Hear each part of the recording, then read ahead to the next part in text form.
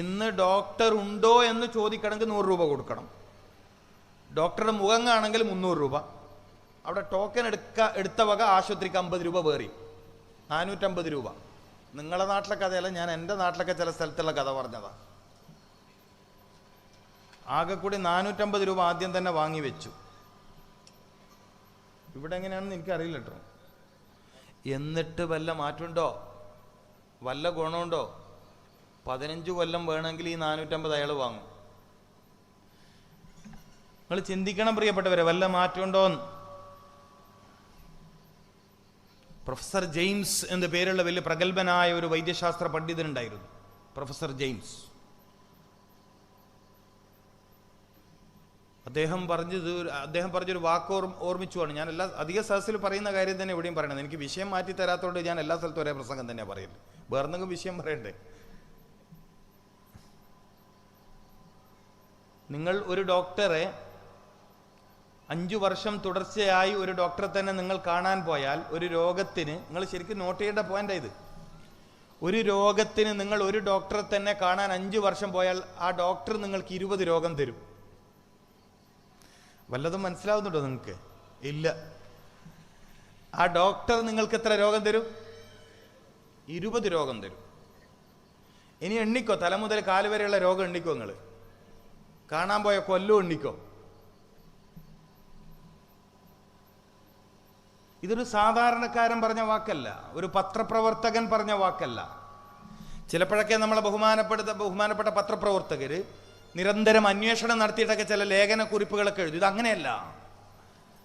കൃത്യമായി മരുന്നുകളെക്കുറിച്ച് നല്ല അറിവുള്ള, മെഡിസിനെ കുറിച്ച് നല്ല അറിവുള്ള, കെമിക്കൽ കോമ്പൗണ്ട്സുകളെ കുറിച്ച് നല്ല അറിവുള്ള ഒരു പ്രഗത്ഭനായ പണ്ഡിതൻ എഴുതി വെച്ചതാണിത്. അതാ ഞാൻ പറഞ്ഞത്, രോഗത്തെക്കാൾ മരുന്നുകളെ ഭയപ്പെടേണ്ട ഒരു കാലമാണിത്. രോഗത്തെക്കാൾ മരുന്നുകളെ ഭയപ്പെടണം.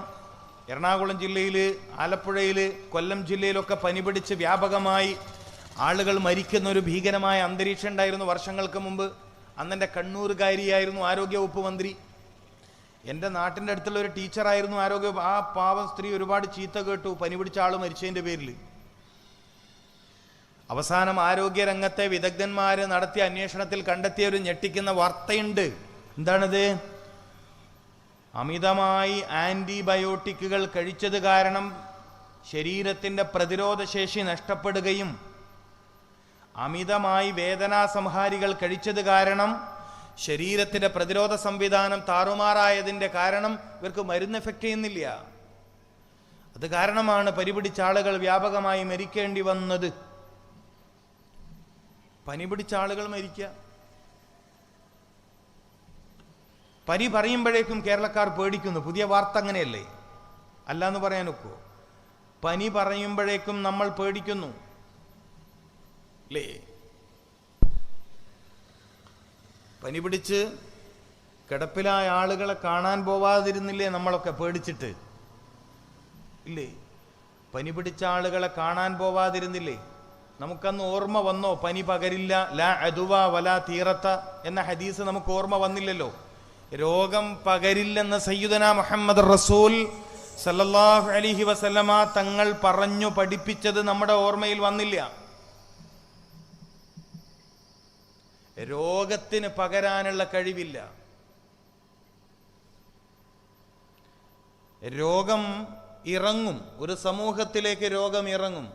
ആ സമയത്ത് പ്രതിരോധശേഷിയില്ലാതെ നിൽക്കുന്ന ശരീരത്തിലൊക്കെയും ആ രോഗം ഇറങ്ങും.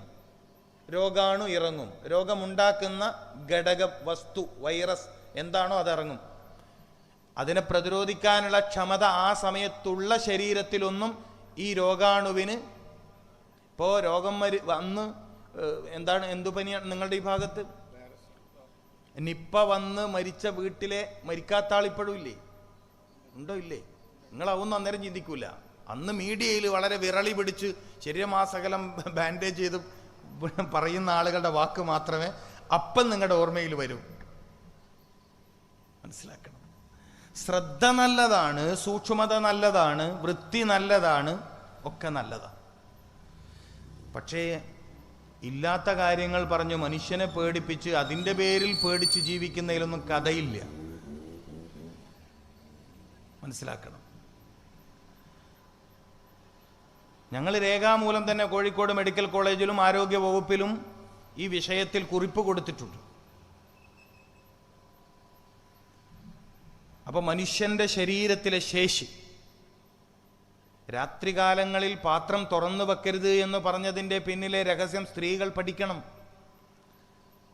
രാത്രികാലങ്ങളിൽ പാത്രം കമിഴ്ത്തി വെക്കണമെന്ന് സയ്യിദുനാ മുഹമ്മദുർ റസൂലുള്ളാഹി സല്ലല്ലാഹു അലൈഹി വസല്ലമ തങ്ങൾ പറഞ്ഞ വാക്കിനെയും രാത്രികാലങ്ങളിൽ എല്ലാ വർഷത്തിലും ഒരു രാത്രി ആകാശമേലാപ്പിൽ നിന്നും ചില പ്രത്യേക രോഗം ഇറങ്ങും. അത് ഏത് നാട്ടിലാണെന്ന് പറയാൻ പറ്റില്ല. ഒരു തവണ അത് കൊച്ചിയിലായിരിക്കും, മറ്റൊരു തവണ കോഴിക്കോട് ഡിസ്ട്രിക്റ്റിലായിരിക്കും, പിന്നൊരു തവണ വയനാട്ടിലായിരിക്കും, പിന്നൊരു തവണ കണ്ണൂരായിരിക്കും. എവിടെയാണെന്ന് പറയാൻ പറ്റൂല. രോഗമിറങ്ങുന്നൊരു രാവുണ്ട് വർഷത്തിലൊരു രാത്രി. അത് ഏത് രാത്രിയിലും ആവാം. അതുകൊണ്ട് തന്നെ സയ്യിദുനാ മുഹമ്മദ് റസൂൽ സല്ലല്ലാഹു അലൈഹി വസല്ലമ തങ്ങൾ പഠിപ്പിച്ചു, നമ്മൾ പ്രാർത്ഥിച്ചു, അല്ലാഹുമ്മ ഹ്ഫദ്നാ ഫീ ളുലുമത്തിൽ ലൈൽ, അല്ലാഹുമ്മ ഹ്ഫദ്നാ ഫീ ളുലുമത്തിൽ ലൈൽ നമ്മൾ പ്രാർത്ഥിച്ചിട്ടുണ്ട്. ഇരുട്ട് വ്യാപിച്ചാൽ ആകാശമേലാപ്പിൽ നിന്നും ഇറങ്ങി വരാൻ സാധ്യതയുള്ള ചില വിപത്തുകളെ തൊട്ട് കാവലിനെ ചോദിക്കണം വിശ്വാസി. അപ്പൊ രോഗം വരാതിരിക്കാൻ പ്രാർത്ഥന, രോഗം വരാതിരിക്കാൻ ഭക്ഷണം, രോഗം വരാതിരിക്കാൻ വ്യായാമം, രോഗം വരാതിരിക്കാൻ വിശ്രമം, രോഗം വരാതിരിക്കാൻ വസ്ത്രം, രോഗം വരാതിരിക്കാൻ വെള്ളം, രോഗം വരാതിരിക്കാൻ പാല്, രോഗം വരാതിരിക്കാൻ പഴം. ഇതൊക്കെയാണ് സയ്യിദുനാ മുഹമ്മദ് റസൂൽ സല്ലല്ലാഹു അലൈഹി വസല്ലമ തങ്ങളുടെ ജീവിതത്തിലെ വലിയ അധ്യാപനങ്ങൾ. ഈ കാലത്ത് ഇതിനൊക്കെ വലിയ പ്രസക്തിയുണ്ട് എന്നെൻ്റെ സഹോദരന്മാർ മനസ്സിലാക്കണം. എന്തുകൊണ്ട്? ഒന്ന്, മാരകമായ രോഗങ്ങൾ വ്യാപിക്കുന്നു, ഒന്നാമത്തെ കാരണം. രണ്ടാമത്തെ കാരണം എന്താണ്?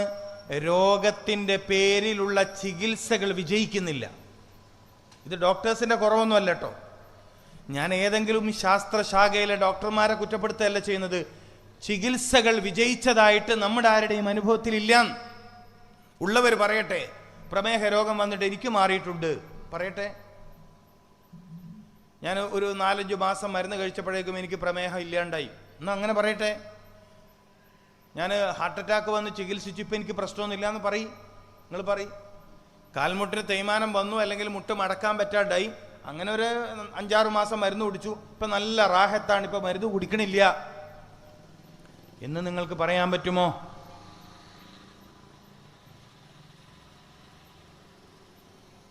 തലവേദന തുടങ്ങിയിട്ട് കൊല്ലത്രേ. ചില ആളുകൾ എൻ്റെ പ്രിയപ്പെട്ടവരെ, നിസ്സാരമായ തലവേദന തുടങ്ങിയിട്ട് കൊല്ലത്രേ. 30 വർഷം പഴക്കമുള്ള തലവേദന. സയ്യിദുനാ മുഹമ്മദ് റസൂൽ സല്ലല്ലാഹു അലൈഹി വസല്ലമ തങ്ങൾ അമൂല്യ ഔഷധ ഗുണമുണ്ട് എന്ന് പഠിപ്പിച്ച ചില വസ്തുക്കൾ ഉപയോഗിച്ച് 2 മാസം കൊണ്ടൊക്കെ ശിഫയായിട്ട് ആളുകൾ പോകുമ്പോൾ അവരിങ്ങനെ അത്ഭുതപ്പെടുകയാണ്. അപ്പോൾ പിന്നെ 30 കൊല്ലം എന്തിനാ തലവേദന എടുത്തത്? ഇതാണ് റസൂലുള്ളാഹിന്റെ സയൻസും മനുഷ്യന്മാരുടെ സയൻസ്, സാധാ മനുഷ്യന്മാരുടെ സയൻസും വഹീ കിട്ടിയ മനുഷ്യന്റെ സയൻസും തമ്മിലുള്ള വ്യത്യാസം. ഇന്ന് ലോകത്ത് 3 തരം സയൻസ് ഉണ്ട്. ഒന്ന് വഹീ കിട്ടിയ സയൻസ്, ഒന്ന് ഊഹത്തിന്റെ സയൻസ്, ഊഹം. യൂറോപ്യൻ സയൻസിനെ കുറിച്ചാണ് ഞാൻ പറഞ്ഞത്, യൂറോസെൻട്രിക് സയൻസ്. മറ്റൊന്ന് മിത്തുകൾ, സങ്കല്പങ്ങളിൽ നിന്നുണ്ടായ സയൻസ്, ചില കഥകളിൽ നിന്ന്, ഐതിഹ്യങ്ങളിൽ നിന്നുണ്ടായ സയൻസ്. ലോകത്തിന്റെ വ്യാപകമായ 3 സയൻസുകൾ. ഒന്ന് വഹീനാൽ രൂപപ്പെട്ട സയൻസാണ്. മാരകമായ രോഗങ്ങൾ വ്യാപിക്കുന്ന കാലഘട്ടത്തിൽ, ലക്ഷങ്ങൾ ചിലവഴിച്ചിട്ടും രോഗം ഭേദമാവാത്ത കാലഘട്ടത്തിൽ, വമാ യന്തിഖു അനിൽ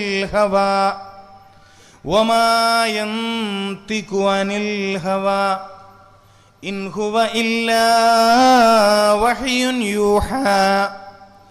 വഹീ പ്രകാരമല്ലാതെ സംസാരിച്ചിട്ടില്ലാത്ത, വഹീന്റെ സംസാരത്തിന്റെ മാനദണ്ഡം വഹീ. സമൂഹത്തോട് വല്ല കാര്യവും പറഞ്ഞിട്ടുണ്ടെങ്കിൽ അത് വഹീ പ്രകാരം. നമ്മുടെ ഒരു നിർഭാഗ്യം, ഈ ഇരിക്കുന്ന നിങ്ങളിൽ പലരുടെയും നിർഭാഗ്യം എന്ന് പറയുന്നത് വഹീനാൽ രൂപപ്പെട്ട സയൻസ് അനുഭവിക്കാൻ നിങ്ങളിൽ പലർക്കും കഴിഞ്ഞിട്ടില്ല എന്ന ദുർഭാഗ്യമാണ്. അപ്പൊ വഹീനാലുണ്ടായ സയൻസ്, ആ സയൻസിന്റെ ധൈര്യത്തിലാണ് സയ്യിദുനാ മുഹമ്മദുർ റസൂൽ സല്ലല്ലാഹു അലൈഹി വസല്ലമ തങ്ങൾ പറഞ്ഞത്. എന്താ പറഞ്ഞ വാക്കെന്താണ്? മാ അൻസലല്ലാഹു ദാഅൻ, അല്ലാഹു മനുഷ്യന് മേൽ ഒരു രോഗത്തെയും ഇറക്കിയിട്ടില്ല. മാ അൻസലല്ലാഹു ദാഅൻ, മനുഷ്യന് മേൽ അല്ലാഹു ഒരു രോഗത്തെയും ഇറക്കിയിട്ടില്ല. ഇല്ലാ അൻസല ലഹു ശിഫാ, ഇല്ലാ അൻസല ലഹു ശിഫാ, ആ രോഗത്തിന്റെ ശിഫയെ ഇറക്കിയിട്ടല്ലാതെ, ശിഫയെ ഇറക്കിയിട്ടല്ലാതെ. അപ്പൊ there is not incurable disease, there is not incurable disease. അതിന്റെ അർത്ഥം എങ്ങനെയാണ്? വിട്ടുമാറാത്ത രോഗമില്ല, ശിഫയില്ലാത്ത രോഗമില്ലെന്ന് സയ്യിദുനാ മുഹമ്മദുർ റസൂൽ